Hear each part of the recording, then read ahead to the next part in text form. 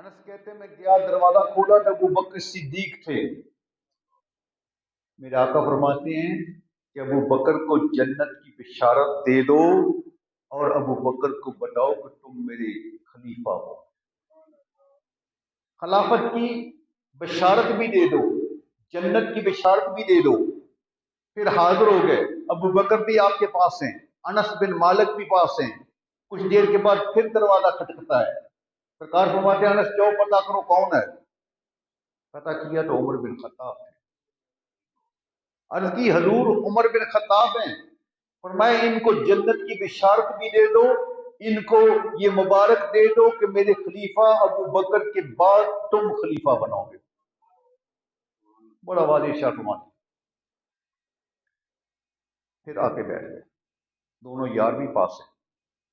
پھر دروازے پہ دستک آئی. جب دروازے پہ دستک آئی تو آپ فرماتے ہیں انس جاؤ پتہ کرو کون ہے. جب پتہ کیا تو عثمان ذو النورین تھے. عرض کی عثمان ذو النورین ہے. فرمایا جنت کی بشارت دے دو، انہیں بتاؤ تم عمر کے بعد خلیفہ منتخب ہو گئے. اور ساتھ ارشاد فرما دیا جب ان کا عروج زمانہ ہوگا، جوبن ہوگا تو ان کو شہید کر دیا جائے گا. ساتھ شہادت کی خبر بھی دے دی. تو سامنے محترم اس طریقہ سے حضرت سفینہ سے روایت ہے.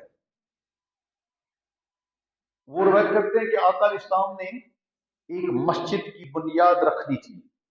ایک پتھر اٹھایا، مسجد کی بنیاد رکھی. اس کے بعد ابو بکر سے فرمایا کہ تم میرے پتھر کے ساتھ بالترتیب پتھر رکھو، بنیاد میں تم بھی شامل ہو.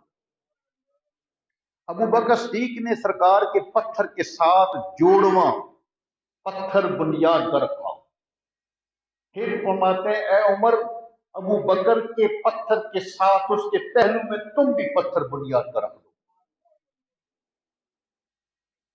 ان کے پتھر کے ساتھ تیسرا پتھر عمر بن خطاب نے بنیاد میں رکھ دیا. حضرت سفینہ کہتے فرماتے ہیں کہ لوگوں دیکھ لو جیسے آج ہم نے یہ ترتیب تمہیں بتائی ہے ایسے ہی میرے وصال کے بعد پہلے ابو بکر خلیفہ ہوں گے بالترتیب، پھر عمر بن خطاب خلیفہ. یعنی آقا علیہ السلام نے کافی احادیث میں یہ واضح کر دیا کہ میرے خلفاء کی ترتیب کچھ یوں ہوگی. آگے حدیث آتی ہے حنین کی جنگ لڑ دی، شدید جنگ تھی، گھمسان کا مقابلہ شروع ہو گیا. حضرت جندب، یہ ابو ذر غفاری کا نام ہے، ان کا لقب ابو ذر غفاری نام جندب ہے. وہ حاضر ہوئے، عرض کرتے ہیں یا رسول اللہ صلی اللہ علیہ وسلم شدید جنگ ہے، گھمسان کا مقابلہ ہے، اس میں کچھ بھی ہو سکتا ہے، نقصانات کے امکانات ہیں، شہادتیں ہو رہی ہیں. اگر خدا نخواستہ آپ کے ساتھ کوئی واقعہ پیش ہو جائے تو آپ کی امت میں کون بزرگ تر آدمی ہے جس کو ہم خلیفہ منتخب کریں گے؟ آقا علیہ السلام نے بعد ارشاد فرمایا میرے بعد میرا یار غار ابو بکر خلیفہ ہوگا.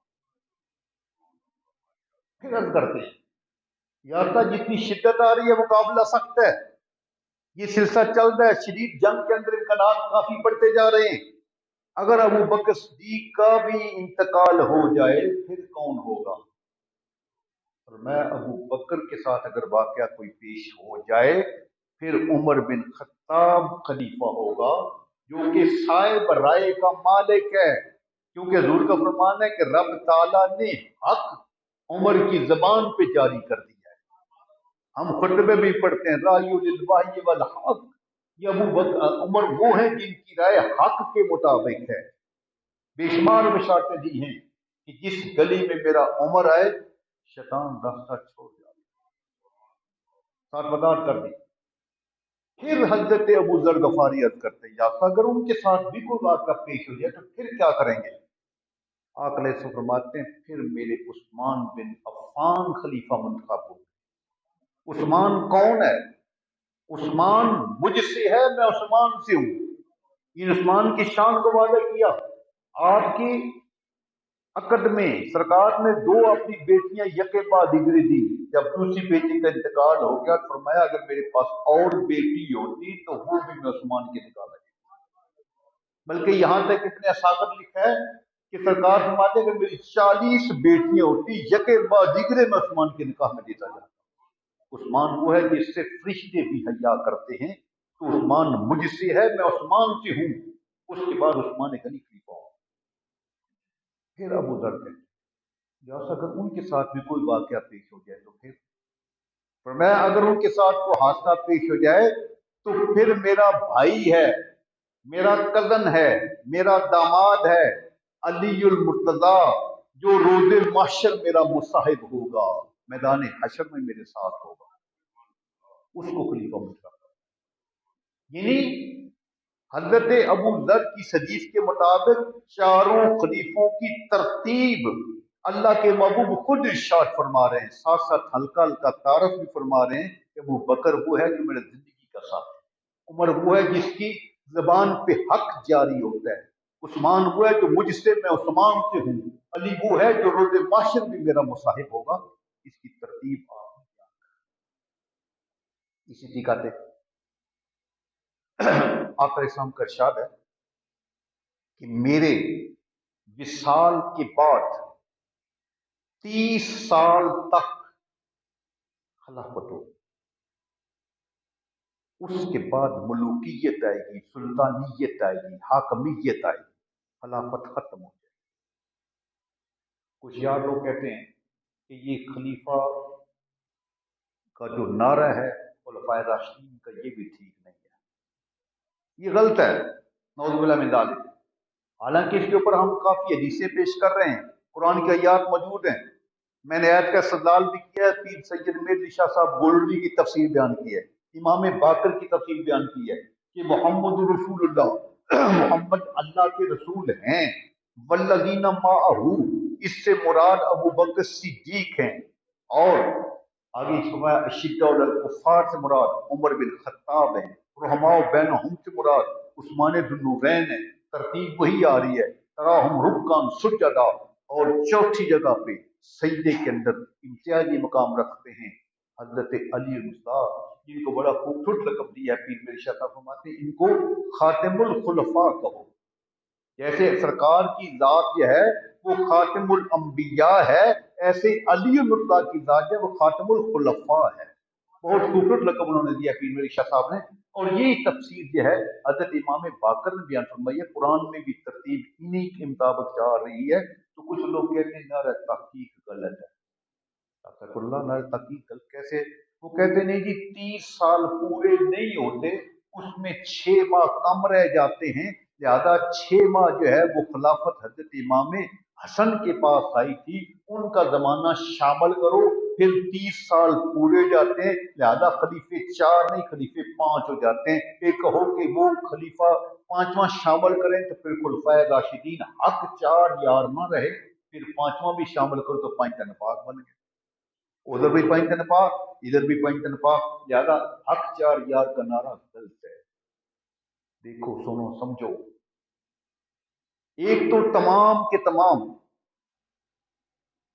जो उलमा इस्लाम है, मुहद्दिसीन है, मुहक्किकीन है, उन सब का इत्तेफाक है कि नारा तहकीक हक 4 यार, जिसमें दाता अली जुबैरी जैसी शख्सियत आते हैं, मुजद्दिद अफसानी जैसे शख्सियत आते हैं, पीर मेहदी शाह साहब जैसे शख्सियत आते हैं, शेख इस्लाम ख्वाजा कमरुद्दीन सियाली जैसे शख्सियत आते हैं, इमाम अबू हनीफा जैसे लोग आते हैं, अहमद बिन हम्बल जैसे आते हैं, इमाम शाफी आते हैं। इन चारों जो खुलफा अरबा हैं, सब का इस चीज पे इत्तेफाक है कि खुलफाए राशिदीन पर हक है, ये नारा दुरुस्त है।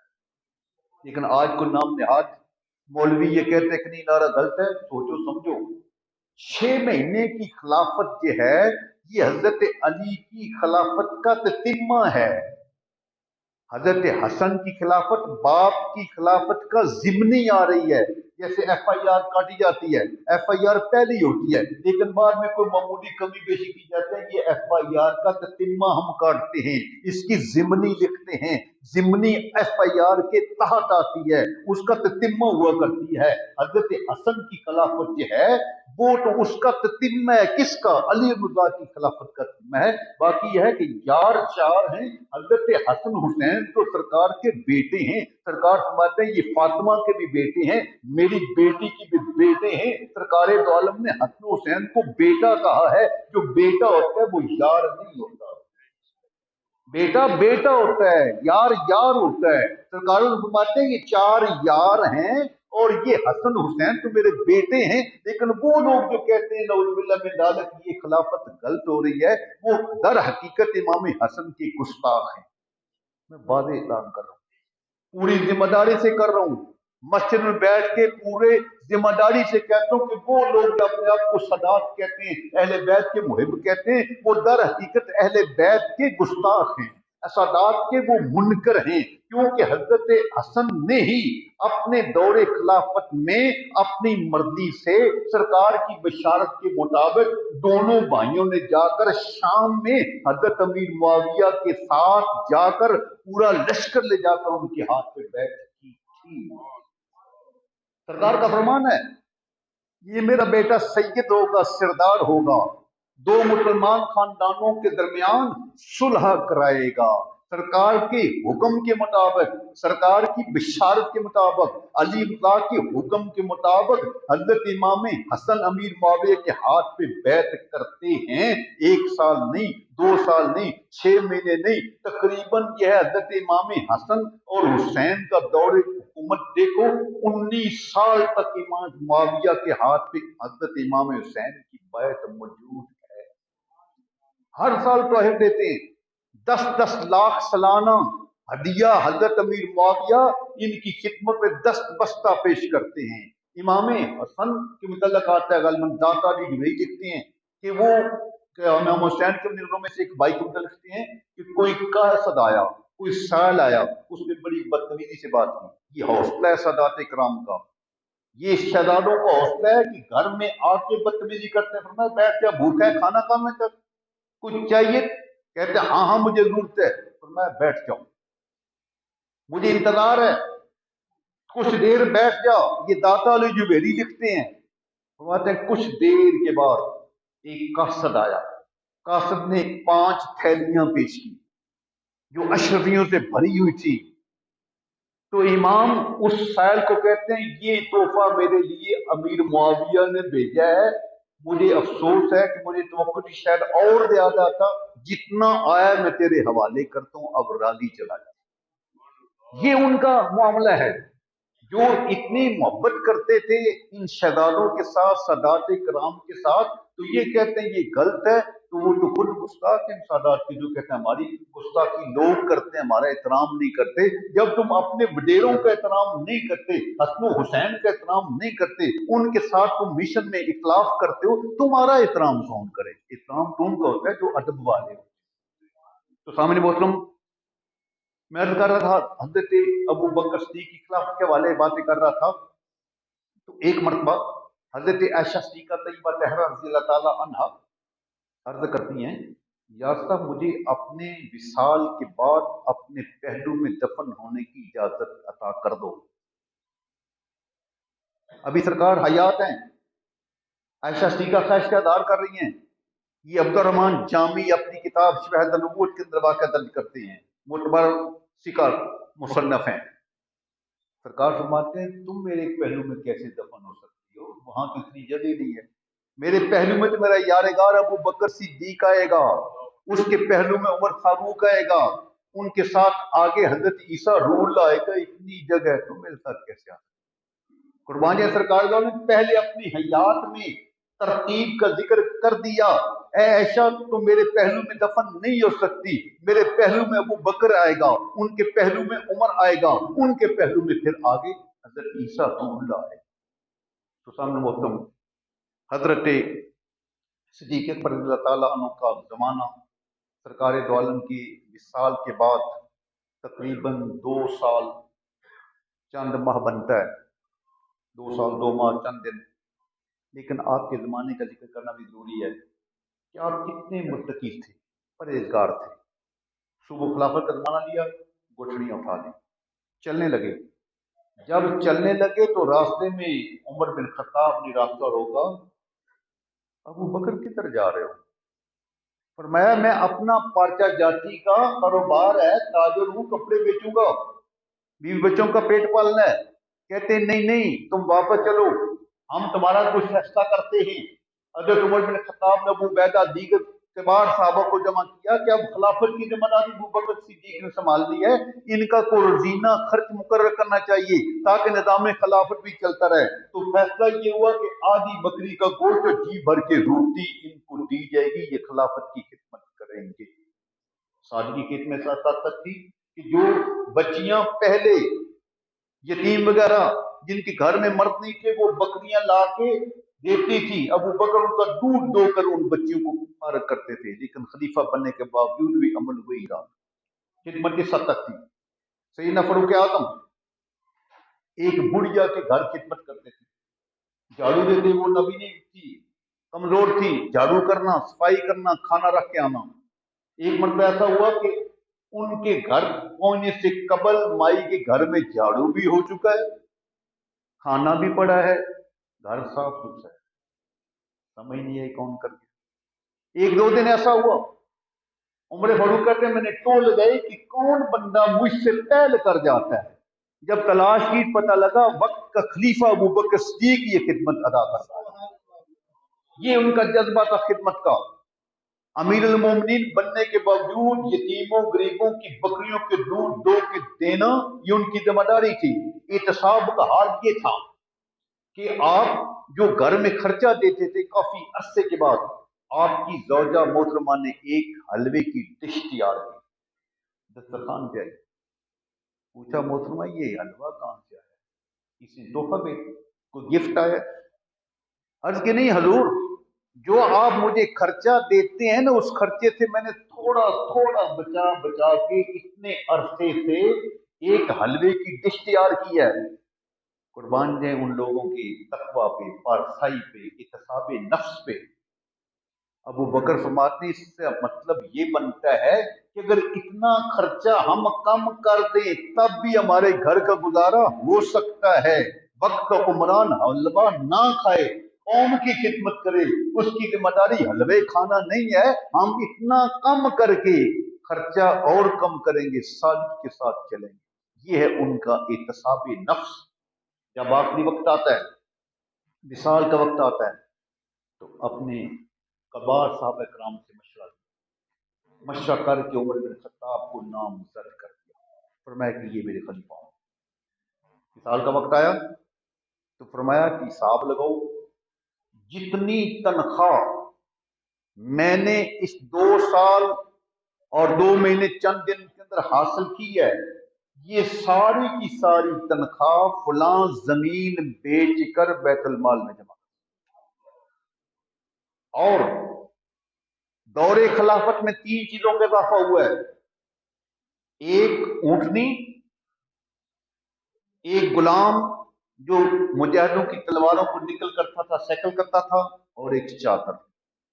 یہ تینوں کی تینوں میرے خلیفہ عمر بن خطاب تک پہنچا دی جائیں کہ میرے دور خلافت میں 3 چیزوں کا اضافہ ہے، ایک لونڈی، ایک غلام، ایک اونٹنی اور ایک چادر۔ یہ چیزیں خلیفہ وقت کو پہنچاؤ، اس کی ذمہ داری۔ کتنا افسوس ہے آج ہم اپنے حالات دیکھتے ہیں، خبریں سنتے ہیں، دماغ پھٹنے لگتے ہیں کہ ہمارے ارباب اقتدار ہمارے ساتھ کیا کر رہے ہیں۔ ظلم کی انتہا ہے، اربوں خربوں روپیہ عوام کا گبن کر کے، چوری کر کے، منی لانڈرنگ کر کے بیرون ملک میں شفٹ کر رہے ہیں۔ غریب عوام روٹی کے لیے ترس رہی ہے، مہنگائی اتنی ہے کہ روٹی انسان کھانے سے مجبور ہے، مہنگائی اتنی ہے انسان کا جینا مشکل ہے، لوگ خودکشیاں کر رہے ہیں، لیکن ظالم حکمران اپنی عیاشیوں پہ لگے ہوئے ہیں۔ کاش ان کو خلفائے راشدین کا زمانے کا مطالعہ کرنا چاہیے، ابو بکر صدیق کی زندگی سے کچھ سبق سیکھنا چاہیے۔ خلیفہ اول کی زندگی کیا ہے، خلیفہ دوم عمر بن خطاب کی زندگی پڑھیں، وہ دیکھیں کیا ہے۔ جب ان کا آخری وقت آتا ہے فرماتے ہیں بیٹا حساب کرو میرے ذمہ قرض کتنا ہے۔ 10 سال حکومت کرنے والا، 25 لاکھ مربع میل کا حکمران، आखिरी वक्त में बेटे से हिसाब कराता है तो 86,000 दिनार का मकरूज निकलता है। 86,000 दिनार का मकरूज निकलता है। 10 साल हुकूमत करने वाला। आज कितना जुल्म है, जो 2-2.5 साल जिसका लग जाता है इक़्तिदार का, उसकी नस्लें भी खत्म नहीं होती। इतना खुराक बना जाता है, इतने वो परमट बना जाता है, इतने वो जमीनें बना जाता है, बैंक बैलेंस बना जाता है, अंदरूनी मुल्कों को कितने वो सूरत बना जाता है, इंसान सोच भी नहीं सकता। लेकिन इस्लाम की तालीमात क्या है? इस्लाम किस चीज का सबक देता है? इस्लाम खिदमत का सबक देता है। आज खिदमत नहीं, सियासत ये खिदमत का नाम लेते हैं, लेकिन ये बिजनेस कर रहे हैं, गरीब अवाम का खून चूस रहे हैं, जुल्म कर रहे हैं। अवाम किस हद तक जलील हो रही है, हुक्मरान किस हद तक यशियां कर रहे हैं। हमें चाहिए कि सैयदना सिद्दीक अकबर की जिंदगी का मुताला करें। वो फरमाते हैं 3 चीजों में मेरे पे उम्र फारूक के पास वो 3 चीजें, वो देख कर रोने लगे, फूट फूट कर रोते हैं। ए खलीफत रसूल, किस मुश्किल में खलीफे को डाल रहे हो? इतना सख्त एहतसाब, इतना कड़ा एहतसाब अपने आप को तुम पेश करके जा रहे हो। जो 3 चीजें आई हैं वो भी अपने पास नहीं रखी, वो आने वाले जानशीन के हवाले कर दी। और आज क्या है, तोशा खाना उठा के देखो, तहफ का अंदाज देखो। पीछे में खबरें कल परसों सुन रहा था, वो जी घड़ी खान ले गया, उसका क्या हिसाब है? जुल्म हो गया, लूट लिया, खा लिया। हमारी अदालत ने फैसला किया, हाई कोर्ट ने, कि जब से पाकिस्तान बना है ना, उस वक्त से तोहफे इकट्ठे करो। हिसाब जो पता करता है कौन कौन है लूटने वाला, किस किसने इस मुल्क को लूटा है, क्या क्या किया गया है। अब हुकूमत वक्त अर्ज कर दी है, जनाब ये चीज रहने दो, इसमें मुल्क की सलामती का खतरा बन जाए। क्यों सलामती खतरा है? क्योंकि उसमें चोर सारे इकट्ठे हैं, उसमें हुक्मरान सारे इकट्ठे हैं, उसमें जर्नैल इकट्ठे हैं, जो बड़े बड़े बगेहाड़ हैं वो सारे उनके नाम आते हैं। इसलिए हमारे मुल्क की सलामती को खतरा पड़ रहा है। वो मदद करें कि हम रिकॉर्ड नहीं दे सकते, 47 से रिकॉर्ड दें कि किस किसने खजाने को लूटा है, किस किसने तहत को हजम किया है, क्या क्या दिया है या चोरी किया है। रिकॉर्ड तो पेश करो। रिकॉर्ड पढ़ने से गवर्नमेंट हमारी मदद कर रही है कि जनाब ये हमारे मुल्क की सलामती खतरे में पड़ जाएगी, इसमें ना छेड़ो। इससे पता नहीं कितने कितने बगेहाड़ आएंगे, कितने कितने मगरमच्छ आएंगे जिन्हें मुल्क को लूटा है, दोनों दोनों हाथों से लूटा है। काश हम इस्लाम की तालीमात का मुताला करें, अपने खुलफाए राशिदीन की जिंदगी का मुताला करें, हम अपना एहतसाब करें। जैसे अबू बकर सिद्दीक ने साफ करके बताया था कि मेरी तनख्वाह भी वापस कर दो, जमीन बेच के वापस कर दो। उमर फारूक ने बताया 86,000 फलां फलां जमीन बेच के पूरी करो, नहीं होता तो मेरे खानदान से कर्ज मांग लो, नहीं होता तो कुरैश से मांग लो, लेकिन वापस करना है। ये चीज है इस्लाम की तालीमात, ये है खिदमत दीन। इसलिए सरकार फरमाया कि मेरे बाद, मेरे विसाल के बाद 30 साल तक ये खिलाफत होगी। खिलाफत का मतलब खिदमत है। उसके बाद मुल्क की चलेगी। आखिर में दुआ कर रब्बुल इज्जत हमें अबू बकर सिद्दीक की हयात तैयबा के ऊपर अमल करने की, उनकी सीरत को अपनाने की, उनके मकाम शान को समझने की तौफीक अता फरमाए।